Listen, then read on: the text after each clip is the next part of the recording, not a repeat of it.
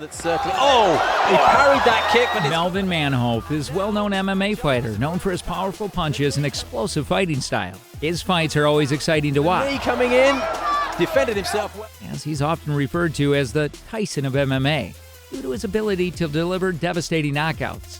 On the leg here, he needs to hold on to that and see if he can turn his hip over. You think he could win a match with Great Mike himself? We'll take a closer look at Melvin Manhoef and his impressive career in the world of mixed martial arts.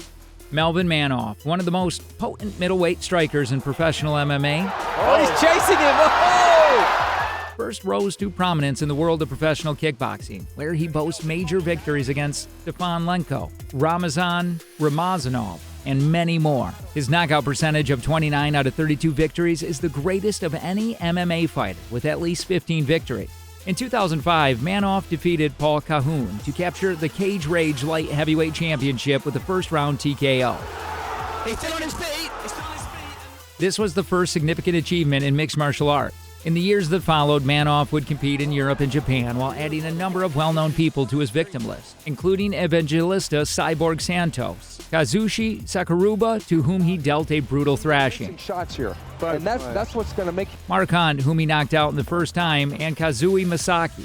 Melvin Manhoef, a retired Dutch mixed martial artist and kickboxer of Surinamese descent, was born on May 11, 1976. He was a Cage Rage Light Heavyweight Champion in MMA and the former It's Showtime Middleweight Champion in kickboxing.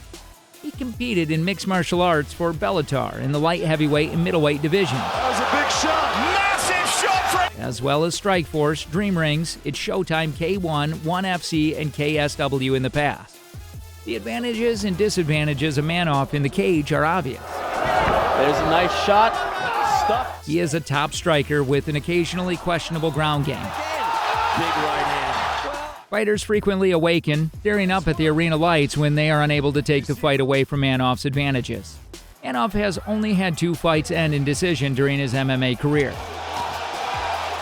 The majority of his victories have come via knockout or TKO. His handlers practically let him go from a dog collar around his neck during his amusing ring and cage entrance, which is another of his most well-known qualities. Ryu Kawahara and Melvin Manhoef squared off on October 6, 2012 at 1FC Rise of Kings. Kawamura was knocked down completely with a devastating right hand from Manhoef at the conclusion of the first round. At Dream 18, Manhoef would go on to face Dennis Kang in what would be the final event for the promotion. In just 50 seconds, Manhoef knocked out Pride veteran King via TKO. The victory over Kang would be Manhoef's final triumph for over a year and a half. In 2013, he lost twice in a row. The first time to Brock Larson at 1FC Kings and Championship on April 5th. Manhoef would lose against Larson by a unanimous vote.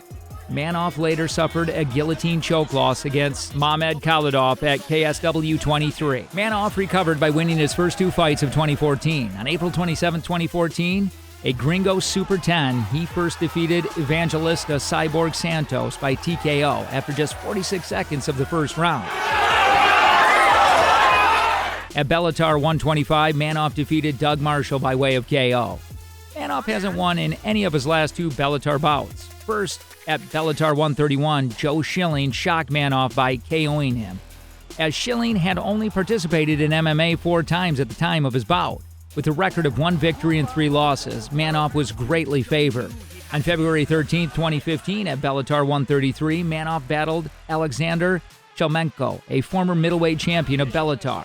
Manhoef was eliminated early in the second round. Still, the outcome was later changed to no contest because Chelmenko tested positive for high testosterone levels. After that, Manhoef was to square off against Hisaki Kato at Bellator 146. Kato entered the battle as the favorite after an unexpected knockout victory over Joe Schilling. Got caught with a vicious. Still, Manhoef ultimately prevailed by the way of left hook knockout.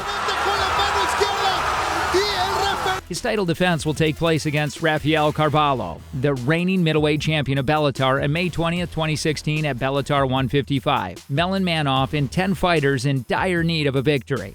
Many supporters doubt a fighter's ability after 2 or 3 losses. Depending on the quality of their opponents, those losing streaks can indicate a player facing the biggest hurdle.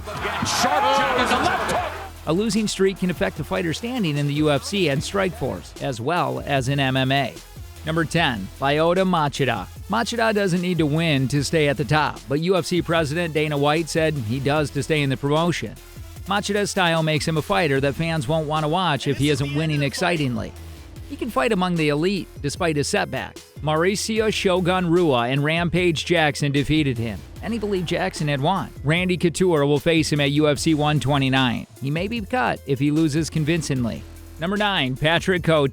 Cote is 13-7 with 3 consecutive losses. Middleweight champion Anderson Silva, Tom Lawler, and Alan Belcher defeated him. October 2010 saw his UFC release. On April 9, Ringside MMA, Cote will meet Caleb Starnes. The Canadian fighter needs 2 comeback contests to join the big leagues. After a few wins, the UFC should re-sign him.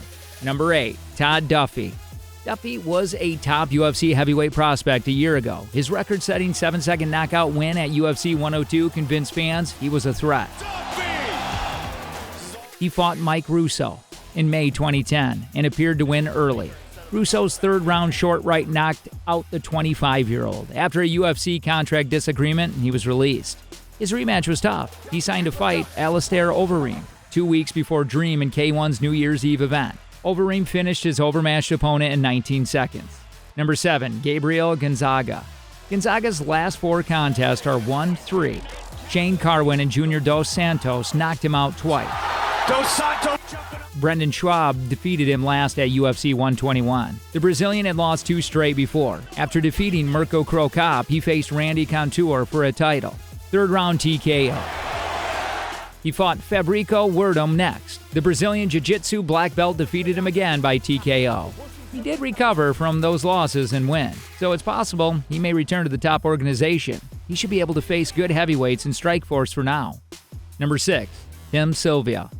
Sylvia was making a return. He lost to TUF veteran Abe Wagner in 32 seconds earlier this year after winning 4 straight fights, his 5th minute-long loss. After these losses against Ray Mercer, Fedor Emelianenko, and Antonio Rodrigo Nogueira, Sylvia won those 4 fights. He must address his weight to be taken seriously again.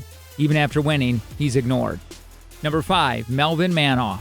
Manhoef may be the most intriguing fighter who can't win major fights. 5 of his past 7 fights ended in submissions or knockouts. Only 2 of his 34 MMA fights have gone the distance. His reputation as an outstanding striker will always draw spectators. Opponents often go for a takedown since his ground game is limited. Strikeforce should be able to secure Manhoef another big event bout against a striker to showcase his skills. Starting to go, Lawler has him up against the fence. Number 4, Joe Stevenson. Stevenson has won 44 MMA fights. He may still develop as a mixed martial artist at 28, since he's on a 3-fight losing run. It's unclear if this will happen in or outside the UFC. Daddy deserves more octagon fights. He challenges the division young fighters and is still young enough to progress. Continues to control that right arm. He can get his right knee under. Stevenson should stay in the UFC despite the loaded lightweight class. Number 3, Marcus Davis. Davis has lost 4 straight UFC fights. He was fired after losing to Jeremy Stephens. The 37-year-old wants more battles and a second shot after a winning streak. Davis won 8 of his first 9 octagon battles and was headed to a title opportunity. He had a 2-fight losing streak after his career went south. He beat Jonathan Goulet but lost twice more. He faces Curtis DeMarcy during an MFC event. Wilson Govier, Dean Lister, and David Heath are prominent fighters. Number 2, Brandon Vera. Vera's aim of holding both heavyweight and light heavyweight belts became keeping his job. Vera viciously knocked out Frank Mir and Justin Ehlers in his unusual career. Vera has endured weight cuts, a broken orbital bone, a broken hand, and a broken nose in the past few years. After a positive drug test by Thiago Silva, the UFC gave him another chance. His next fight will decide his UFC career. Number 1, Tito Ortiz. The most apparent selection of this list could be Ortiz. Since stopping Ken Shamrock in their 3rd encounter in 2006, the former UFC light heavyweight champion has gone winless. Since that fight, Ortiz is a 0-4-1, with all 4 of his losses coming against UFC opponents, including 4 former champions. Ortiz was scheduled to battle Antonio Rogerio Nogueira at Ultimate Fight Night 24 later this month. Still, Ortiz had to withdraw due to an injury.